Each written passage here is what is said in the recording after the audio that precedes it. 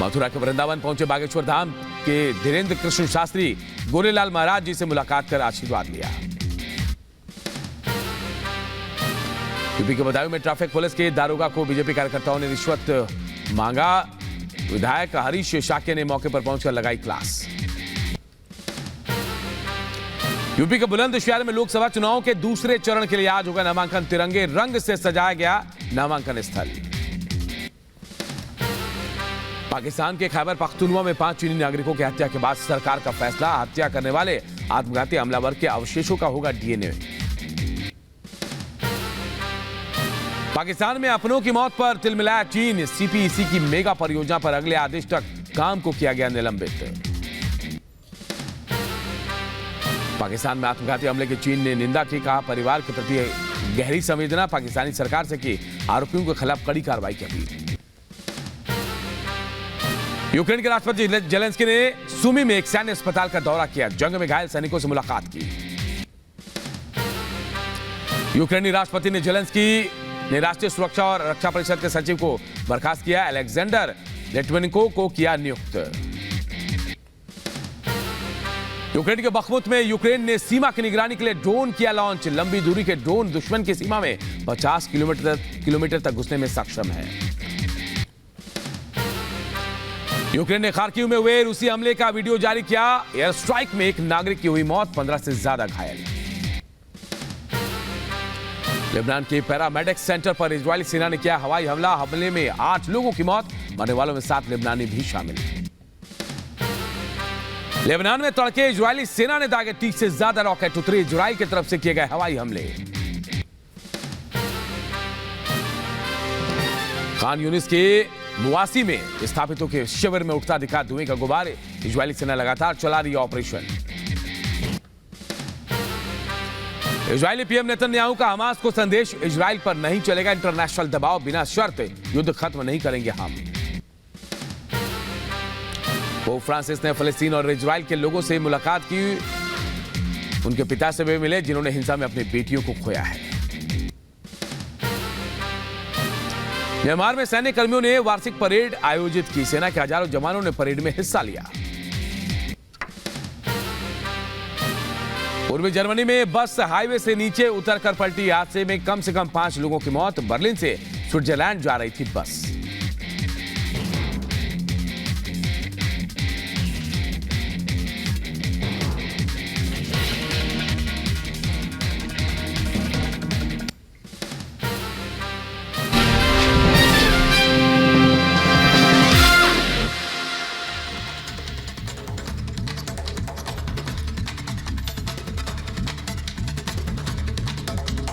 और बात कंगना रनौत की। कंगना रनौत के चुनावी मैदान में उतरते ही कांग्रेस की बौखलाहट देखी जा रही है।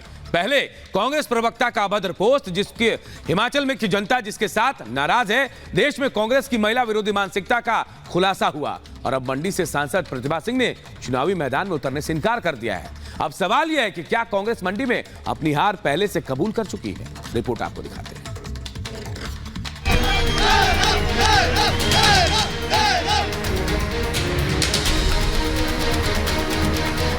वो जज्बा ही क्या जो तहलका ना मचा दे, क्योंकि शेरनी है ये हिमाचल मंडी की और मंडी वाले कभी हारते नहीं। अब हिमाचल की मंडी में कंगना का मुकाबला किसी से नहीं है। कांग्रेस की प्रत्याशी प्रतिभा सिंह ने कंगना के खिलाफ चुनाव लड़ने से इनकार कर दिया है। इसका सीधा सा मतलब है कि अब मंडी में चुनाव लड़ने से पहले कांग्रेस घुटने टेक चुकी है। मंडी सीट से प्रतिभा सिंह वर्तमान सांसद है, लेकिन 24 लोकसभा चुनाव में कंगना की लोकप्रियता के सामने प्रतिभा सिंह ने सरेंडर कर दिया है और चुनाव लड़ने से साफ साफ इनकार कर दिया। मैम आप चुनाव लड़ रही हैं मंडी से? बिल्कुल नहीं। मैंने हाईकमांड को अपनी बात बोल दी है। हाईकमांड क्या फैसला करती है वो उस पे अब निर्भर करता है। बॉलीवुड की क्वीन के नाम से मशहूर एक्ट्रेस कंगना रनौत देश में हिंदुत्व का युवा चेहरा मानी जाती है। कंगना की लोकप्रियता देश के हर हिस्से में है। यही कारण है कि बीजेपी ने कंगना को हिमाचल प्रदेश की मंडी लोकसभा सीट से अपना उम्मीदवार बनाया। मंडी सीट से कंगना के नाम के ऐलान के बाद से ही कांग्रेस कंगना को घेरने की कोशिश कर रही थी, लेकिन जब कांग्रेस ने सोशल मीडिया पर कंगना पर आपत्तिजनक पोस्ट किया तो कांग्रेस को चौतरफा विरोध का सामना करना पड़ रहा है। तो वहीं कंगना के समर्थन में लोग खुलकर सामने आ रहे हैं।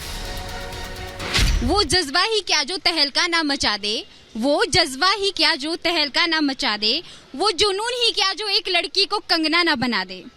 कंगना शेरनी है और शेरनी दहाड़ती है, कंगना शेरनी है और शेरनी दहाड़ती है।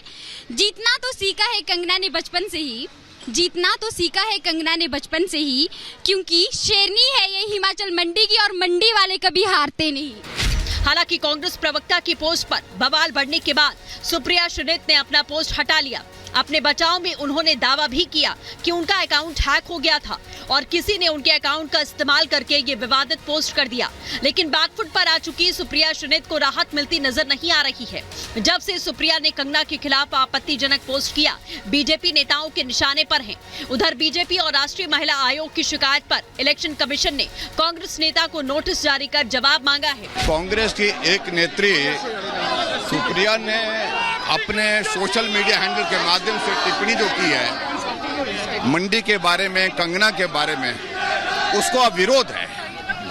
और विरोध इसलिए है, ये मंडी वो मंडी नहीं जैसे उनके दिमाग में मंडी बैठी हुई है। और इसलिए यहाँ के लोगों को लग रहा है कि हमारे स्वाभिमान को चोट पहुंची है और मंडी की बेटी का अपमान हुआ है, इसलिए विरोध कर रहे हैं। एक महिला अभिनेत्री को अपमानित करता है, अभद्र भाषा का उपयोग करते हैं।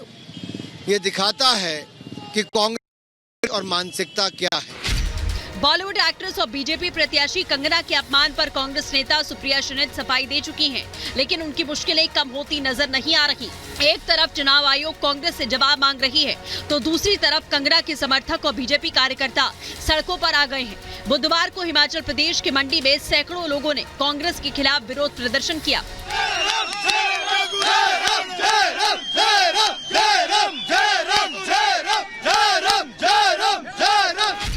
हालात ये है कि जब से कांग्रेस प्रवक्ता सुप्रिया श्रीनित ने सोशल मीडिया पर कंगना के खिलाफ अपमानजनक टिप्पणी की, तब से वो कंगना के समर्थक और बीजेपी नेताओं के निशाने पर हैं।